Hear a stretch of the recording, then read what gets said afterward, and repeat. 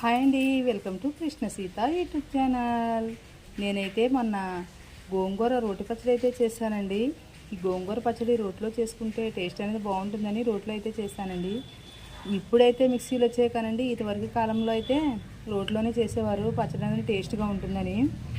అప్పుడు మనుషులకి ఓపిక ఎంత ఉండేదో ఓపికగా పనులు కూడా అలాగే చేసేవారండి. కానీ ఇప్పుడున్న కాలంలో తెలియందేముందండి, ఎవరికి చూసినా ఓపికలు తక్కువ, ఏదో ఒక ఆరోగ్య సమస్యలు. దానివల్ల ఏంటంటే ప్రతిదానికి మిక్సీ మీదే ఆధారపడిపోతూ ఉంటున్నారు.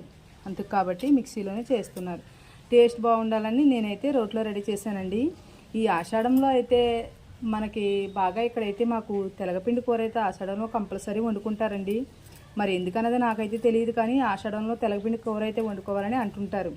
అలానే పచ్చడి చూసారా, ఎక్కువ రోజులు నిల్వ ఉంటుందని ఆయిల్ అనేది ఎక్కువ యాడ్ చేశానండి. రోటి నిండా కూడా చమురు అనేది ఎలాగా కక్కేసిందో. పచ్చడి అనేది కూడా చాలా టేస్ట్ బాగుందండి. అలా వేడివేడి అన్నంలో ఇలా నెయ్యి వేసుకుని తింటే సూపర్గా ఉంటుందని మీరు ట్రై చేయండి. వీడియో నచ్చితే ప్లీజ్ లైక్, సబ్స్క్రైబ్.